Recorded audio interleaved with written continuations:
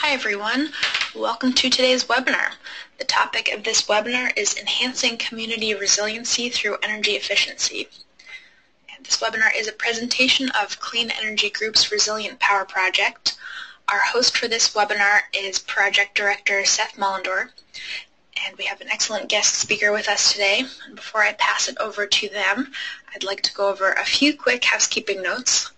All of our participants for this webinar are in listen-only mode. That means that you have a few options to connect to the audio portion of our webinar. You can either call in using your telephone or you can connect using your computer mic and speakers.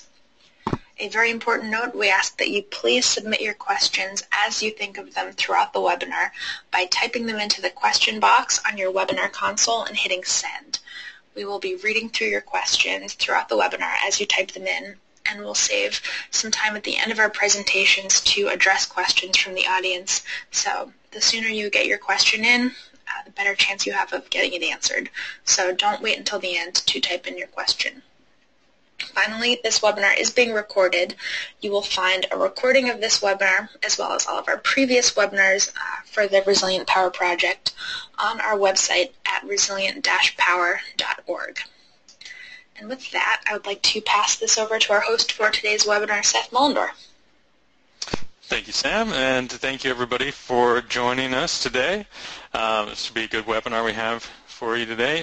Just wanted to start off with a brief introduction to who we are at Clean Energy Group and the Resilient Power Project.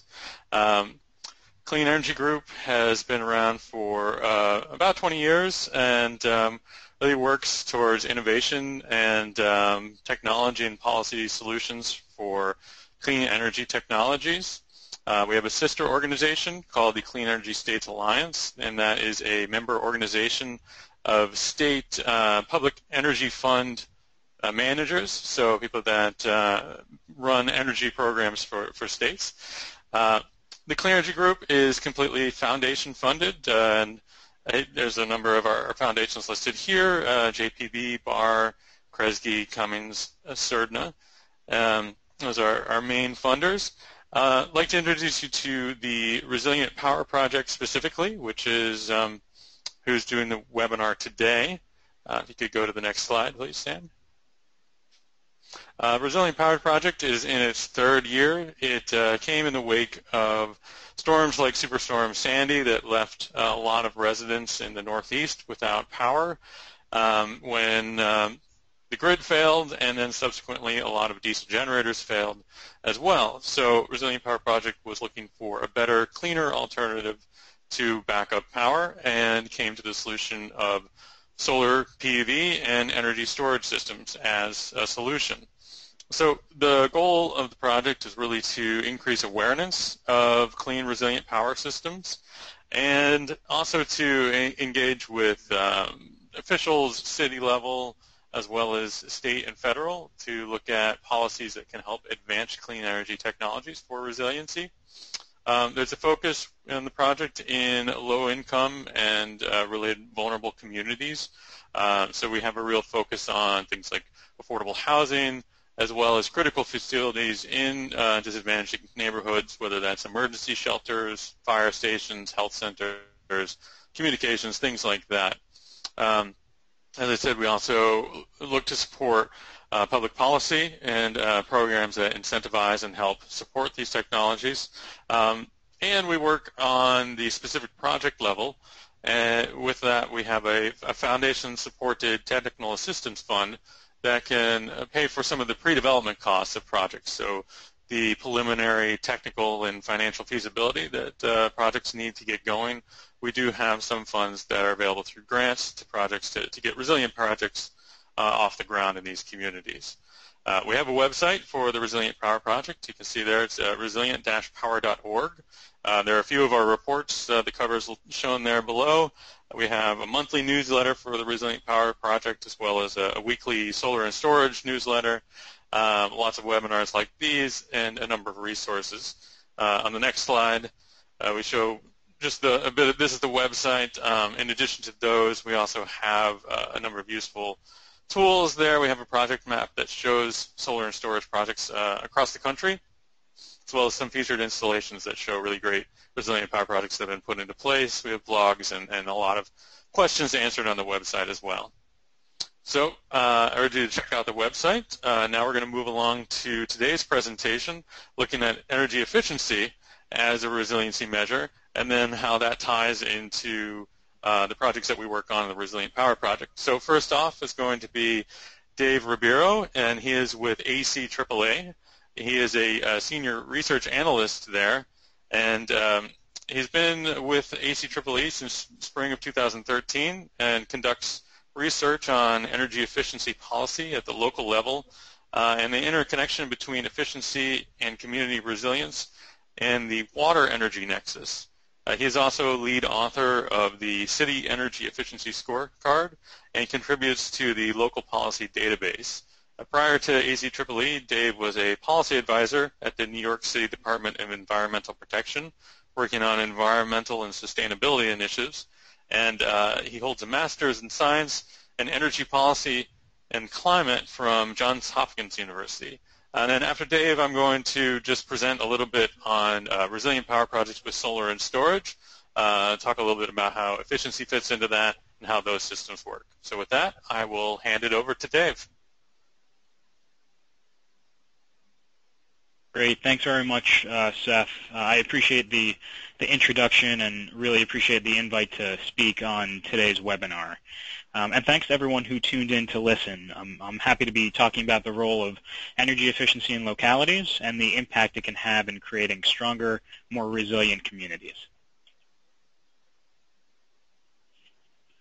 So before getting started, I wanted to give a little more background on ACEEE and our activities for anyone unfamiliar with our work. We're a 35-year-old nonprofit based in Washington, D.C., working to advance energy efficiency.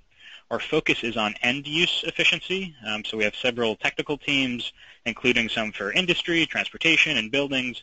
We also have a policy program that works on the federal, state, and local levels. I will work on that, the local side of things, as Seth was saying before. So the local team's work revolves around research, technical assistance, and convenings. The City Energy Efficiency Scorecard is our core research product, but we also have a number of other targeted research areas as well. You can see a little bit more of the details at the bottom of the slide there, and I'd certainly encourage folks to click through to our website using the link on the slide for some more information. So this is the outline I'll be following for today's presentation. First, I'll start out with a discussion of energy efficiency's benefits for communities, as well as the utility system as a whole. That discussion will lead into the second part of the presentation, namely a high-level conversation on the role of efficiency and increasing resilience. Then I'll talk through a few specific examples of efficiency and resilience, and then jump right into a conversation on the uptake of efficiency as a resilience resource in communities. Finally, I'll wrap up by talking about an exciting technical assistance opportunity that ACEEE, the Clean Energy Group, and the Public Technology Institute are offering. So to start, why focus on cities? Well, a few reasons. First, there's high energy use in cities, whether we're talking about cities in the U.S. or abroad.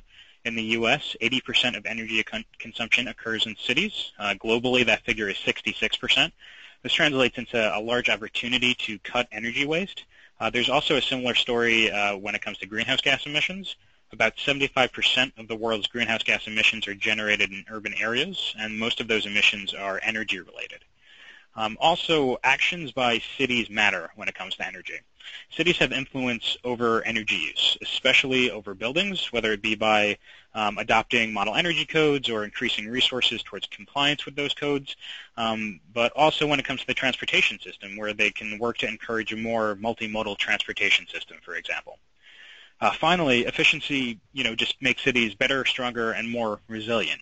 How exactly does that happen? Well, our next slide begins to address that. So yeah, why energy efficiency? Why should it be prioritized? This is a bit of a detailed list that we'll walk through over the next few slides. To start, we'll discuss energy efficiency as a utility system resource and how it's the lowest risk and cost resource. Secondly, we'll turn to a number of non-energy benefits that are particularly important in cities, such as economic development, improving energy affordability, and reducing pollution. All these benefits are, well, one of the reasons that energy efficiency can be such an important resource when it comes to resilience. So when investments in energy efficiency are considered an energy resource equal to other supply-side options, efficiency investments are cheaper than any form of electricity generation. And you can see that by looking in the lower left corner of the chart that's up here. The y-axis represents increasing costs. And as you can see, efficiency is towards the bottom there, separating itself from the pack. Efficiency is also the lowest risk as well, and you can see that on the x-axis. That shows the level of risk associated with deploying or developing new supply-side options on the utility scale. In terms of risk, the authors of this particular report looked at well, different types of risks, including those related to initial costs, fuel costs, and water constraints, and a dozen or so others. So I think this chart really speaks for itself, but you can see how efficiency is the least cost and least risky resource. Now we'll turn to some of the other concrete benefits that energy efficiency has for communities. First off, energy efficiency is a job creator. At its core, the reason is because of the jobs per investment dollar shown in the graph here. So it shows that the labor-intensive sectors of the economy, like construction, for example, tend to create more jobs per investment than capital-intensive sectors like energy. So, for example, if you look at the bars up there, you'll see that construction creates over 20 jobs per $1 million of investment, while the energy bar there creates 10 jobs. So how does efficiency, though, specifically create jobs? Well, that happens because it reallocates investment into more labor-intensive parts of the economy. The example on the right-hand side of the screen there goes into a little more detail on how that happens, but just to walk you through pretty quickly. First, the direct investments in efficiency redirect spending generally into the construction sector, simply because that's where, contractors are working on retrofits when it comes to energy efficiency. Then the annual energy savings that accrue from energy efficiency means that fewer dollars are being directed towards energy bills in the energy sector because bills are simply smaller. And then this savings is redistributed throughout the economy, which is more labor-intensive than the energy sector. And you can tell that by looking at the average bucket on the left-hand part of the screen there, where it's 17 jobs per $1 million of investment. And if you're interested in this, I would encourage you to check out the fact sheet that's linked to here. It goes into much more detail than this. So energy efficiency also helps customers lower their energy use, and this is especially important for low-income households with high energy burdens. ACEEE recently completed a study analyzing the energy burden for low-income households and other vulnerable groups in large cities. This chart is actually taken directly from that report. And I should say, when I say energy burden, I'm defining it as the percentage of a household's income spent on energy costs. The report found that on average across the cities that we looked at, that households paid 3.5% of their income on energy costs. In contrast, though, low-income households averaged 7.2% of their income on energy costs, but this amount could actually be much higher for some households, as I'll talk about in a second. This graph really shows that disparity. It shows that median low-income energy burden was much higher than the overall median household energy burden in these communities. And our definition for low income accounted for households whose incomes were 80% of the average median income or below. So this would capture moderate income households as well. So this means that the worst off would be well above the median energy burden we show for low income in this chart. So something important to keep in mind. And energy efficiency, as I was saying to start, can be a strategy for reducing this high energy burden on these low income families. So there's also an interesting story on pollution, as this infographic shows. As many of you know, with the Clean Power Plan, there are going to be regulations in the U.S. that require states to meet greenhouse gas emissions limits on the existing power plant fleet. There are going to be lots of ways to comply with that rule, including deploying more energy efficiency. In research that came out a couple of years ago, ACEEE modeled the impacts that using cost-effective energy efficiency could have on emissions. The policies that we focused on were implementing an energy savings target, enacting modeled building codes, constructing combined heat and power, and adopting equipment standards. And this infographic summarizes some of the results from that paper. It compares the business as usual scenario to a high energy efficiency scenario. So as you can see, the high energy efficiency scenario results in fewer carbon emissions, a 26% reduction, and it also has lower levels of SOx and NOx as well. And what I hope you're beginning to see as I've been talking about these different types of benefits is that energy efficiency is really a systems resource that impacts many aspects of communities.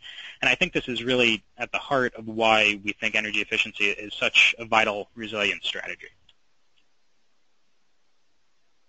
Okay, so now to turn to resilience a little bit more. Before we get to the connection between energy efficiency and resilience, I think it's important to give a definition for just resilience overall. Based on my work, different audiences have different concepts in mind when they say the term resilience, so I think it's just important to be on the same page.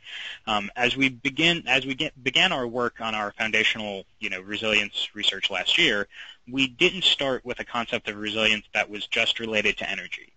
Rather, our goal was to think more about what could make a community as a whole more resilient, and then we thought about how energy efficiency could fit into that framework.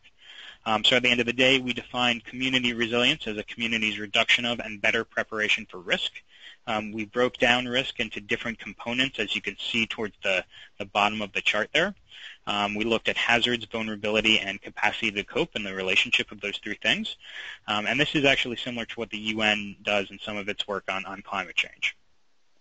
We don't need to really get into the weeds here, but this provided a framework to systematically think through the different aspects of resilience and efficiency's role in reducing risk.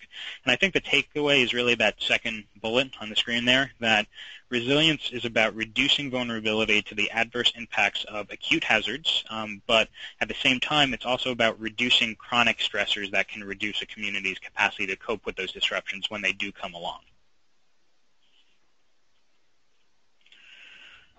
So now getting to efficiency, energy efficiency's myriad non-energy benefits mean it has important implications for community resilience. And I think its potential, efficiency's potential as a resilience-building tool is best seen when all of its benefits are viewed together.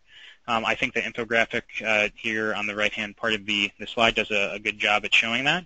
If you look towards the bottom of that infographic, the benefit types, we categorize efficiency's benefits into three separate types. The first is emergency response and recovery. So this, some might call a more traditional approach to resilience, but focusing more on just acute events and emergency management. So this category is more similar to, the idea of keeping the lights on and keeping people safe. The second bucket we have is social and economic. Another way I like to think about this is everyday resilience. So this addresses the more chronic economic and social stressors that can erode households' ability to cope with disruptions when they do occur. And then finally, we have climate change mitigation and adaptation. Climate change is certainly a risk amplifier, so I think it's important to keep in mind, as we consider resilience. So taken together, energy efficiency's benefits reduce a community's vulnerability to an array of hazards and increase its capacity to cope. So in essence, it strengthens the energy system, but also the communities that those energy systems serve.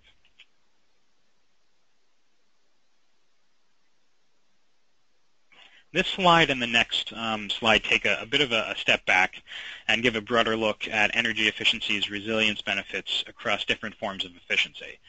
So this slide in particular focuses on response and recovery, as well as climate change. So the first column you have there corresponds to the benefit types that I was just talking to on the previous slide. The second column lists some outcomes that would result from achieving increased efficiency, whether that would be in the utility system as a whole, in the transportation system, or in specific end uses like buildings. And then the last column lists some of the resilience benefits of those energy efficiency outcomes. So there's a lot in here I could get into and talk about. So I'm not going to review in too much detail, but we'll look at a couple of them. We can start out at the very top, where it says reduced electric demands, and that's certainly an outcome of energy efficiency, or at least moderating electric demand. when it comes to resilience, what does this mean? Well, it can lead to increased reliability, especially during times of stress on the electric system, such as hot days in the summer. You can think of that. And it can lead to the increased ability to respond to system emergencies. The next line there you see is about backup power. So you see we mentioned combined heat and power, which is something ACEEE considers an energy efficiency resource, and also microgrids, which can enable increased efficiency. And I think the resilience benefit there is pretty obvious in terms of maintaining the energy supply during emergencies and disruptions.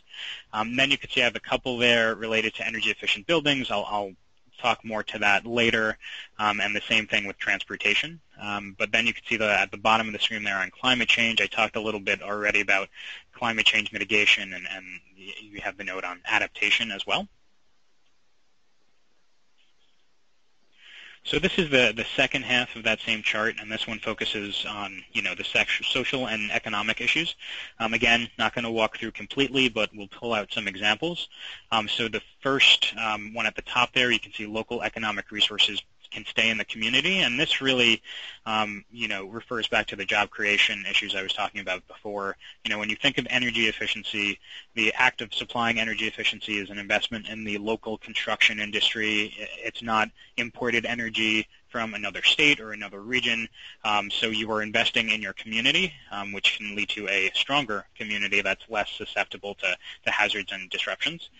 You see the second issue there. Energy efficiency can reduce exposure to energy price volatility, or rather, a better way I might say it, to swings in energy bills. So this is going to vary from fuel source to fuel source.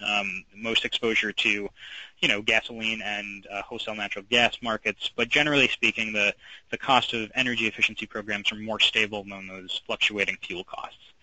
In terms of resilience, this means that the economy is better positioned to manage energy price increases, and households and businesses are better able to plan for the future. You also see the note on reduced spending, and also important to mention the improved indoor air quality and fewer local pollutants, which has positive public health benefits as well. So I realize that I've thrown a lot of things out there, and that an example could be helpful for putting all of these benefits and ideas into perspective. So for that, we can discuss energy efficient buildings and how its benefits fit into those benefit types I've been talking about over the last 3 or so slides.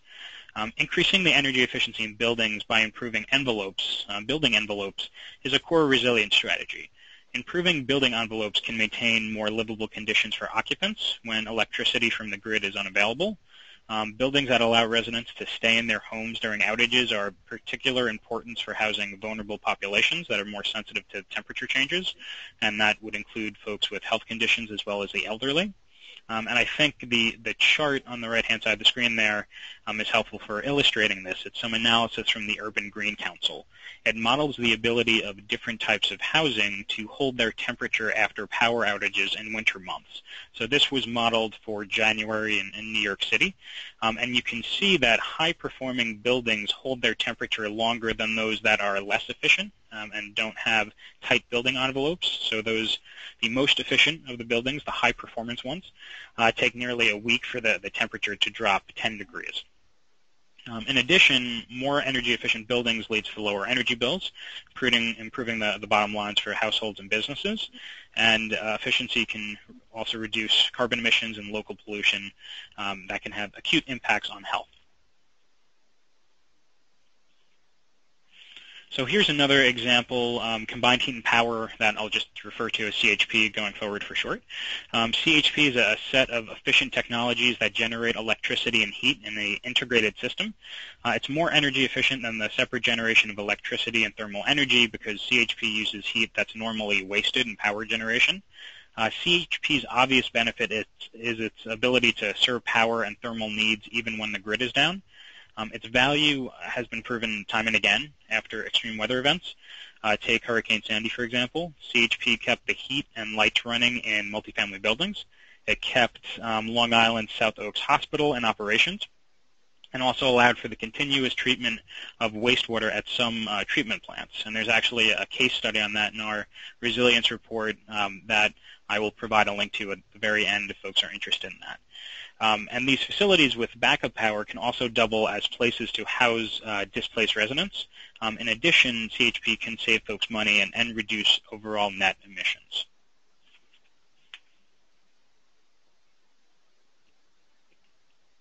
I focused on a couple examples of energy efficiency, but this image shows that there are many more I could talk about and would be happy to take questions on.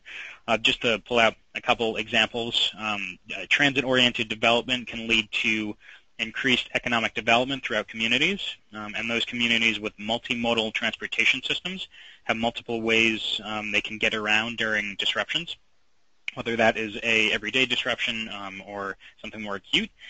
You can see how green infrastructure can reduce localized flooding, and like cool roofs can reduce the urban heat island, for example, and lots of other things there I could talk to. So as part of our research that we put out last year, we also sought to learn how communities are planning to increase their resilience. We needed to have a better idea of that so that we could better understand how energy efficiency could be integrated into the planning process. And we found that, despite growing interest in resilience, local governments hadn't coalesced around a specific resilience planning process. When we talked to stakeholders, local governments, many brought up different options, several of which are shown here. So some talked about a locally driven resilience planning processes that was driven by interested local government staff and policymakers. Others talked about leveraging federal programs, including the National Disaster Resilience Competition that I'll talk about in a little bit. Others mentioned things like energy assurance planning and hazard mitigation planning, and others pointed to partnerships with their utility. Regardless, though, the renewed interest in resilience planning, I think, provides, a great opportunity to improve energy efficiency's integration into local resilience planning and implementation, and that's something that I would certainly encourage because, as I've been saying throughout, efficiency is what I consider to be a resilience resource. But anyway, generally speaking, our preliminary research from last year showed that most resilience efforts don't fully recognize the value of energy efficiency, or they simply don't recognize it at all. But thankfully we'll be releasing a paper next week that shows a better picture. And I'll be teasing that research here. So to better understand how local governments are incorporating energy efficiency into community resilience activities, we analyzed the resilience planning processes of several U.S. cities and counties. In choosing our sample, we aimed to focus on a short list of cities that had somehow prioritized resilience. Rather than us doing, independent research and randomly selecting, we chose cities and counties named as finalists in HUD's National Disaster Resilience Competition, which is an effort to encourage states, counties, and cities to become more resilient. So you can see the 13 or so cities and counties that were named as finalists on the map up here. We analyzed their planning documents to get an idea of what communities are considering in their planning processes, including if they are considering energy efficiency. And as I was starting to say, the results for energy efficiency in this part of our research is a little more encouraging. So these are some of the results from that upcoming paper. We looked at different types of energy efficiency and identified whether a city's plan and discussed pursuing those efficiency activities. In terms of how it's set up, you have the cities and counties on the left there, and then we have the different columns from the different types of energy activities. So the first couple are pretty straightforward: energy efficiency in private buildings and public buildings. So this would refer to retrofits, for example. The next one is green infrastructure, which some people might be surprised to see there, and I'll jump back to that in a little bit. Then we have energy efficiency and water services, so this would be upgrades at wastewater treatment plants, for example.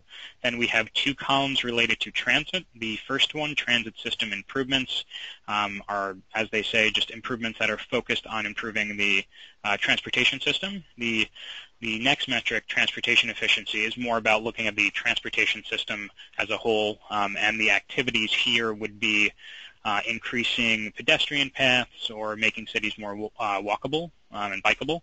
And then the last one was CHP, whether cities plan to pursue that. Just a quick note on green infrastructure. these are stormwater management techniques using permeable surfaces that allow for increased infiltration where rain falls. It refers to things like bioswales and green spaces. Local governments or water utilities, typically install green infrastructure for its stormwater treatment benefits, but their co-benefits include reducing urban heat islands, and in some cases reducing demand and potentially energy used at wastewater treatment plants. It's because of these co-benefits that reduce energy efficiency that we've treated green infrastructure as having energy efficient properties and being included here. So as the table shows, different communities incorporated different aspects of energy efficiency into their planning documents. Surprisingly, all finalist communities, with the exception of Dauphin and Moore, included some reference to energy efficiency. Like I said earlier, our previous research indicated that communities weren't really embracing efficiency, so the fact that most cities here made at least one reference to efficiency is, I think, further recognition of efficiency's growing role in resilience. Looking at all of the different types of energy efficiency activities, you can see green infrastructure garnered the largest consideration, and that's not really surprising since many of the communities named as finalists were dealing with flooding issues, so green infrastructure makes the most sense there. Although, as I was saying, not everyone considered the efficiency aspects to green infrastructure. I was somewhat surprised by the next area that had the second largest consideration, namely transportation efficiency. Many cities had discussed putting in pedestrian paths, bike paths, and the reason for doing so were mostly socioeconomic in terms of providing more opportunities to underserved areas to be able to get around. And then the last area, the third highest area, was energy efficiency in private buildings. And it's not represented here, but something that was encouraging was that during interviews with some of the cities who were named as finalists, several of them mentioned how energy efficiency could become a bigger part of their plans as they continue to flesh them out. So this is just a preview of some research coming out next week, but happy to take questions on it. So I wanted to give a few concluding thoughts. To start, if there's one thing I hope you take away from this, it's that energy efficiency can strengthen energy systems, but also the communities those systems serve by providing more reliable and affordable energy. By doing this, energy efficiency can reduce vulnerability to acute hazards, but also increase communities' capacity to cope with the impacts of those hazards. And finally, because efficiency is such a vital resilience resource, it should really be acknowledged as such in resilience planning. As I was just saying, I think that's something that we are seeing more cities considering, which is encouraging, but I think there's certainly more room to do more. And I guess what I really wanted to wrap up with was a discussion of a new technical assistance opportunity.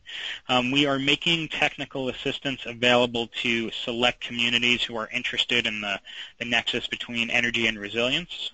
ACEEE's role will be to work with those communities who are interested in energy efficiency to reduce to increase their community's resilience. We are keeping our offering sort of flexible so that we can best serve those who get in touch with us, but I provide some examples up there of what it could look like. So it could be participating in local convenings to discuss efficiency's role in resilience. It could be reviewing draft plans and suggesting how to incorporate efficiency.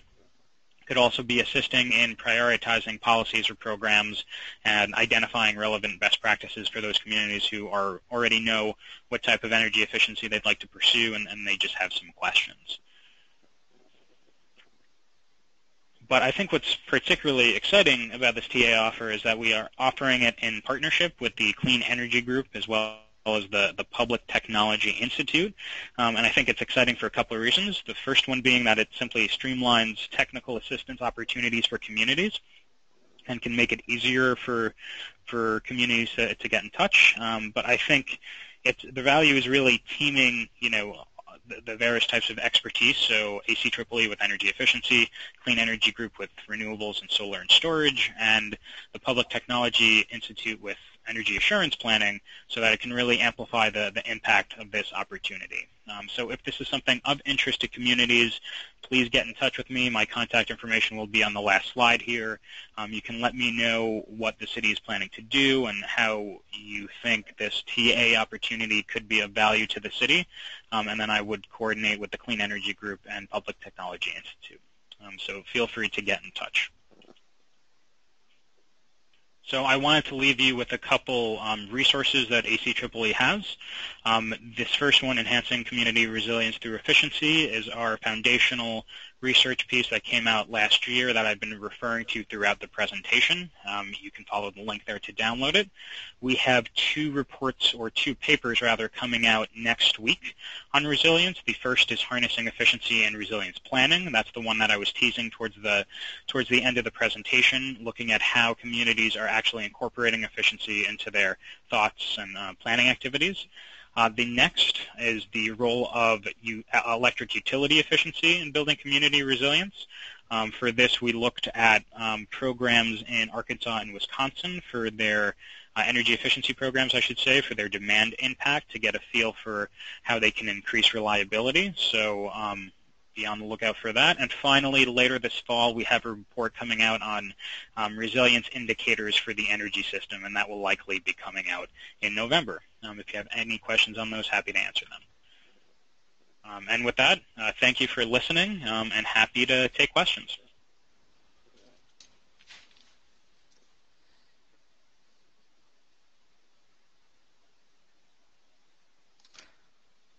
Great, thanks, Dave. So once we get my slides up here, I'm just going to go briefly talk a few minutes about solar and storage for resiliency, and anyone that's familiar with the Resilient Power Project is probably fairly familiar with some of the resources that I'm going to show you, but I just want to walk people through it. And before doing that, I'd just like to reemphasize the importance of efficiency. Here at the Resilient Power Project, we really focus on kind of traditional keeping the lights on when there's electricity outage. But in order to make that easier and to reduce the cost of the size system that you need for that, efficiency is always the first measure that you need to take into account. And there are certain systems like HVAC for heating and cooling that are very high power resources that take a lot to keep them going.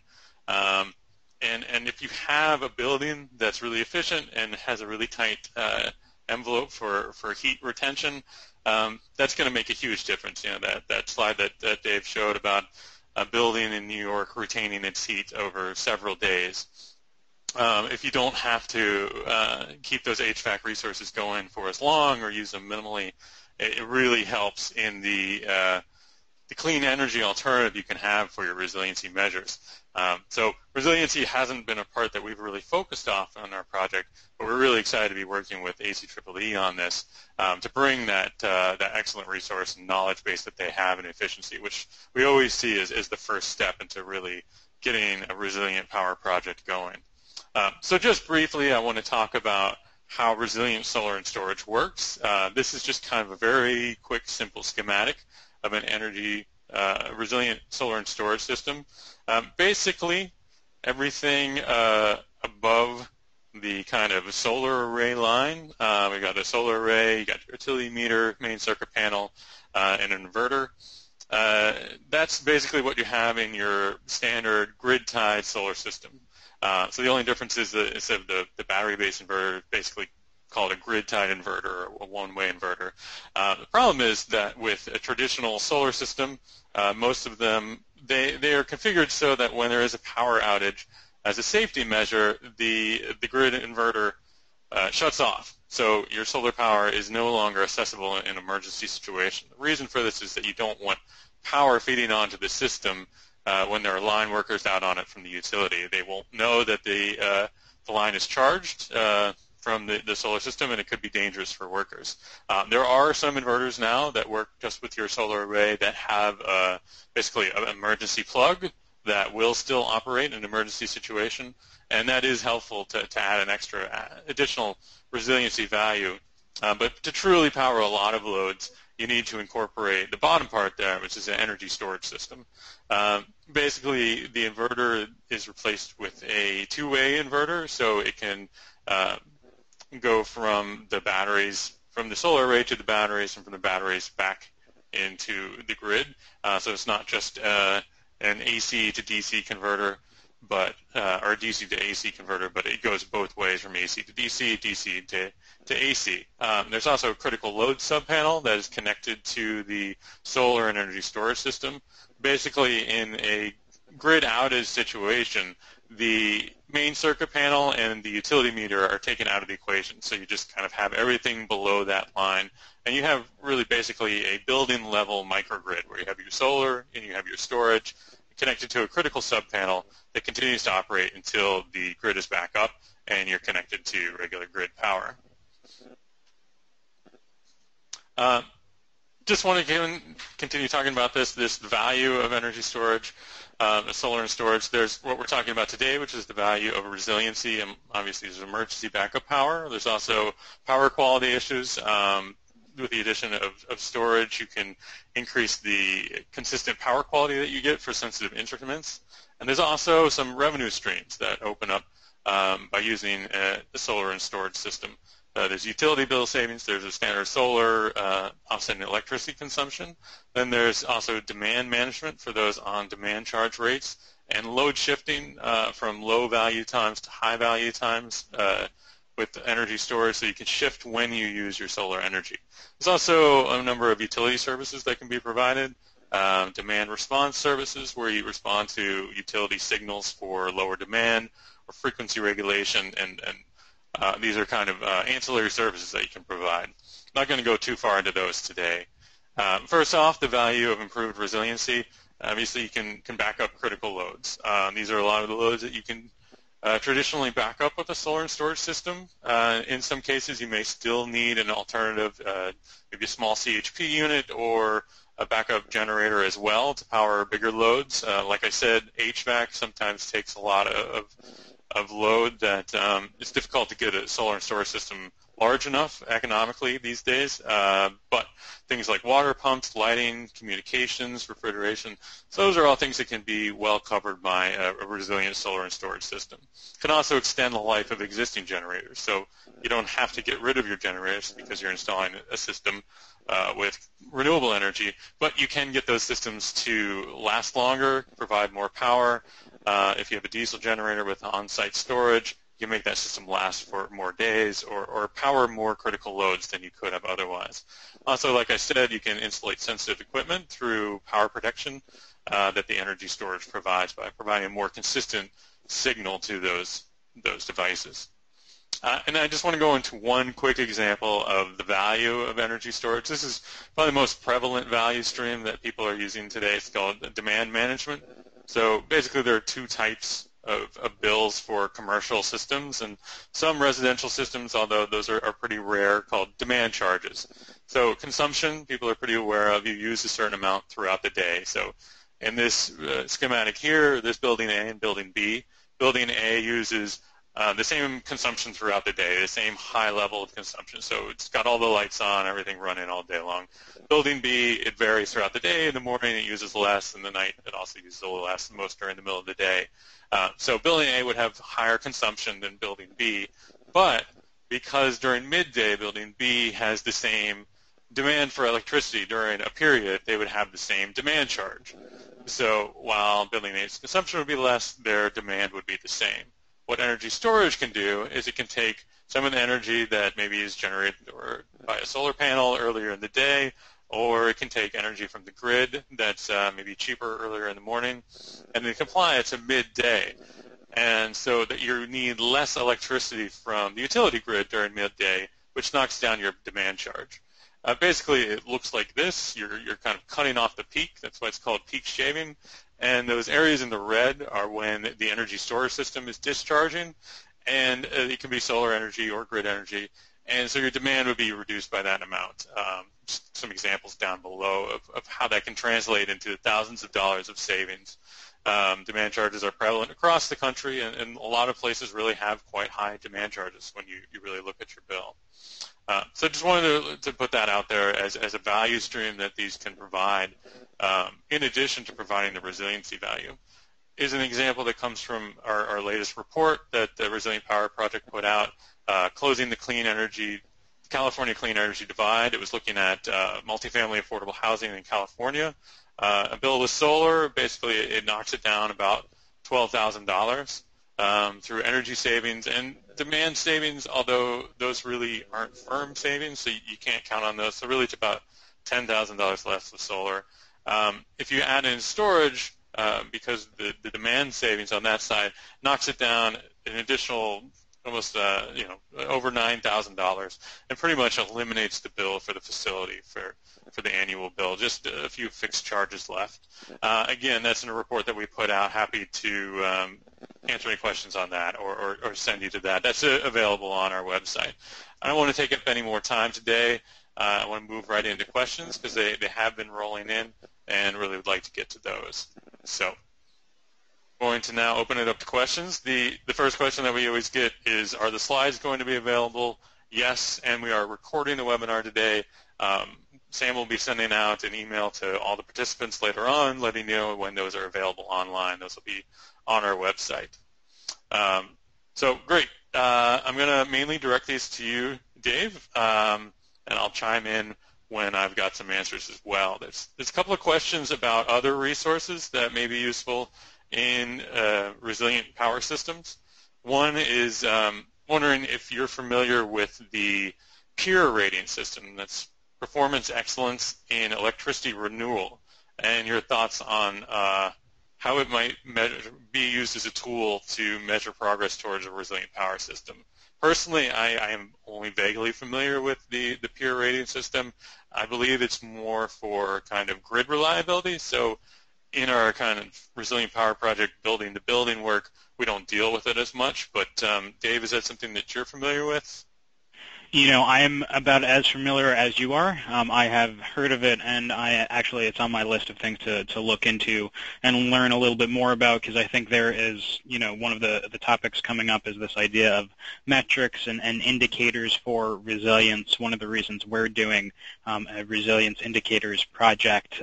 So long story short, though, I'm not familiar with their specific work, so I can't really speak to, the question too much. Yeah, and how about let's see what that is. There's the NIST Community Resilience Planning Guide. That's the National Institute of Standards and Technology. This is actually a new one to me. I believe I've heard of it, but I have no familiarity with it. How about on your side? Yeah, so I know NIST is convening a community resilience panel, and I'm actually sitting on the energy committee of that. So I have only gotten involved recently, though, so I have not read that yet. But I know NIST has this, this panel, and they're going to be putting together a series of resources in a database of some sort, so that it is accessible to for folks working on resilience. So I can't speak to the planning guide specifically, but I do know that NIST will be coming out with more resources as time goes on. I don't know the timeline for it, though, but we'll see what happens. Great. So how about energy flexibility? One of the questions points to a tool called Power Matcher in the Netherlands that automatically reduces energy demand without utility intervention to provide energy flexibility to respond to differences in demand. I know this is something that I've certainly looked out through the Resilient Power Project, things like flexible hot water heating loads and thermostats, the smart thermostats. Is this something that you've looked into as well through your work at ACEEE? We haven't. I can't speak if there's another team that has looked into it. We do have our industry team and buildings team is doing some work on smart buildings and smart appliances, intelligent efficiency. So I think they've begun looking at things like smart thermostats and some other things in the intelligent efficiency world. But in terms of a resilience context, we haven't looked at that yet. We have focused on just more straightforward end-use energy efficiency. Got it. So I know, in things like I was talking about with lowering demand to reduce your energy bills, certainly flexible loads are a big part of that, and things, again, like heating loads and even cooling loads. they're definitely part of the equation, and more so, as like you said, with smart buildings going forward. Sure, and I think the whole, I feel like there's energy efficiency and there's demand response, and I feel like you're seeing there will be a converging of a lot of those things in the future, and I think it's something that for a long time you didn't see that, but I think increasingly in the future it's going to be happening more and more. So. Yeah, definitely. A question about CHP and just, as we're moving to a more clean, non-fossil fuel system, what are your thoughts on recommending CHP? Well, I mean, I would, we consider an energy efficient resource. I think if you're looking at both electricity needs and heating needs, it achieves very high levels of energy efficiency, or what's what I'm looking for? But it's much more efficient than the typical power generation. So, I think there's examples from Europe, Denmark and some other countries who have been able to, slash emissions by using CHP and combining it with district heating. So, I think if cities were to continue to adopt that it would be a good thing. We certainly promote the increased adoption of combined heat and power and district heating. Yeah, and I've seen that in a lot of places. I will say that for communities that face certain threats that are again looking for we need a source of backup power to keep the lights on, places that are in earthquake-prone areas where CHP is based on natural gas availability. That is a concern that I've run into some communities that have wanted to avoid using that because they're expecting significant natural gas disruption in a very big emergency situation, stuff like in the Pacific Northwest where they're dealing with Cascadia subduction zone that could be potentially a huge earthquake. But in most places it does seem like a pretty good resource for making things more efficient and providing backup power as well. Sure, yeah, and I think that increasingly some CHP facilities can run on different fuels. So if natural gas isn't available, it could potentially turn to something like biomass or something like that. But that being said, I think whenever we're talking about energy efficiency or anything for that matter, there are going to be local contexts that you always have to take into account. So there isn't a silver bullet for anything, so there are going to be cases like you were saying where maybe there is another alternative. But by and large, it's still something that we certainly promote. Yeah, great. So, can you speak to any tools that are available to reduce the one-off nature of a lot of efficiency projects, to just be able to increase the adoption of efficiency or increase the applications that are able to do efficiency? Could you say it again? I just want to make sure I'm clear on the question. Any resources to... Yeah, I think basically is there a way so that to increase the amount of projects that can be done with efficiency, because they tend to be kind of one-off projects is the kind of the idea here, and is there a tool that can make efficiency easy to apply across the board to a lot of applications? Okay, well, I mean, I think, to start, ACEEE puts out lots of resources for different audiences on how to increase the adoption of energy efficiency. So that's going to matter whether you're working in a community, whether you are working at the state level or on the utility scale. And so there are a number of options that we, can point folks towards. But I guess one thing I would say is that if you're looking at energy efficiency in the U.S., electric and natural gas utilities are the primary administrators of those energy efficiency programs. So if we're talking a community, for example, I think a way to really boost the participation rates in these efficiency programs and extend the reach is to form partnerships between utilities and communities to really maximize the offerings that are out there. Yeah, great. Another question about tools. Are there any documented models to offer communities a way to quantify the benefits of energy efficiency? To quantify the benefits of energy efficiency? Is that what you're saying? Yes. So there's different things I could point folks towards. While ACEEE for a long time has done energy efficiency potential studies, which are just reports looking at energy efficiency, technical potential, and other things in states and some communities. So those reports are good baselines. But in terms of specific tools, if you're working more on the policy front, ACEEE has something called the self-scoring tool, which, going back to the city scorecard that we have that scores folks based on policy metrics. It's something that a community, a local government staffer can take and sort of evaluate their own community. They get a baseline for their policies to see where they might want to go in the future. We also have something called the Local Energy Efficiency Policy Calculator, which models the impacts of select energy efficiency measures based upon local conditions. Both of those things are available on our website, free to download. If you follow the About ACEEE slide for the local team, you'll be able to get to all of those resources. Great. That would be very helpful. So some questions on the TA, the technical assistance. Can you describe what that will look like? Basically, how long will it last? Will there be in-person resources? And what do you expect from the community to contribute to the process? Sure. As a general point, we're looking to work with cities that are prioritizing research or resilience now. We would expect folks to get in touch with what they are doing in their communities related to resilience, as well as their future plans. And that would just be a simple email to myself, and then from there I would have some calls with the communities to do some screening, get a better idea of what's being offered, and then from there we're being pretty flexible in terms of figuring out how to meet cities' needs. There could potentially be in-person resources available, depending upon what is being requested.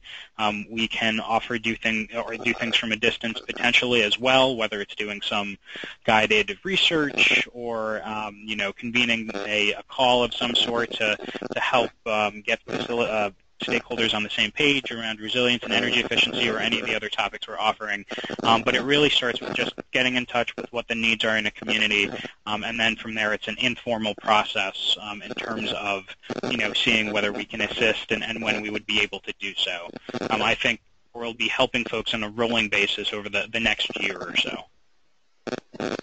Great. There's a specific question on Unified Development Ordinance developments for a municipality. I'm not familiar with that term. Is that something you're familiar with, Dave? Not enough to be able to answer questions very well on it.